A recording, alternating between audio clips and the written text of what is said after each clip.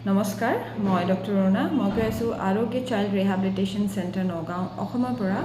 আৰু কিছুমান ধৰণৰ প্ৰশ্ন মাতৃ পিতৃসকলৰ ফালৰ পৰা আহি আছিলে যে শিশু এজনৰ 4 বছৰ হ'ল ভাল হ'বনে, শিশু এজনৰ 10 বছৰ হ'ল চাইল্ডৰ পালচি হৈছে ভাল হ'বনে। আগতেও মই ভিডিঅ'বোৰত কৈছোঁ যে আপোনালোকে এটা তলত যদি কমেণ্ট দি সোধে যে মোৰ শিশুজনৰ ইমান বছৰ হৈছে চেৰিব্ৰেল পালচি ভাল হ'বনে, মই সেই কমেণ্টৰ তলত পটককৈ উত্তৰটো দিব নোৱাৰোঁ।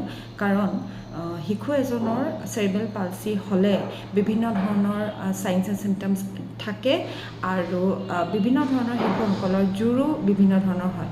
চ' প্ৰপাৰ এছেছমেণ্ট কৰাৰ পিছতহে কিবা উত্তৰ দিব পৰা যায় ভাল হ'বনে নাই বা কিমান দিন লাগিব। এছেছমেণ্ট কৰাৰ পিছত চোৱা যায় যে মাংসপেশীবোৰত কিমান জোৰ আছে, তাৰ মতে বেলেঞ্চ কিমান ল'ব পাৰে, ভৰি চিধা ৰাখেনে নাই, আপাৰ বডি চিধা ৰাখেনে নাই, আৰু হাতত ধৰিলে থিয় হয়নে নাই।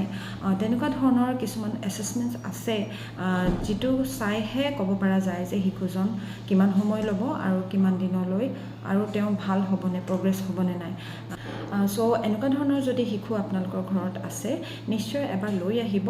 প্ৰপাৰ এটা ছিটিঙত এছেছমেণ্ট কৰাই আপোনালোকে কথা পাতি যাব পাৰে। তলতে নাম্বাৰটো দিয়া আছে, আপোনালোকে কণ্টেক্ট কৰিব পাৰে। আকৌ লগ পাম নেক্সট ভিডিঅ'ত। নমস্কাৰ।